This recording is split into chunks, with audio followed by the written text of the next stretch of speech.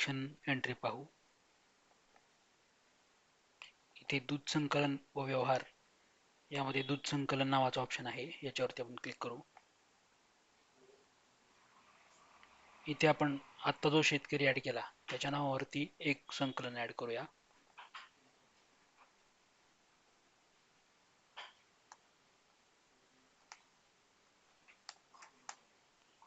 इथे तुम्ही बघू शकता रेट ऍप्लिकेशनने ऑटोमॅटिक घेतलेला आहे, कारण आपण रेट चार्टमध्ये 2.5 आणि 7.5 या फॅट आणि SNF साठी रेट ऍड केलेला आहे.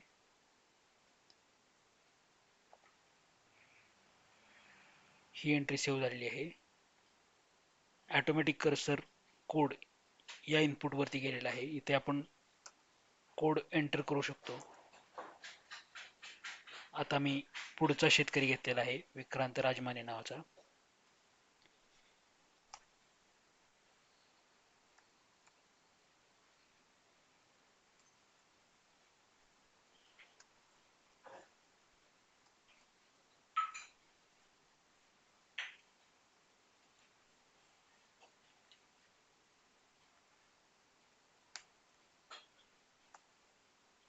आता या फॅट साठी आणि या SNF साठी रेट अवेलेबल नाही, तर आपण मॅन्युअली सुद्धा एंटर करू शकतो रेट.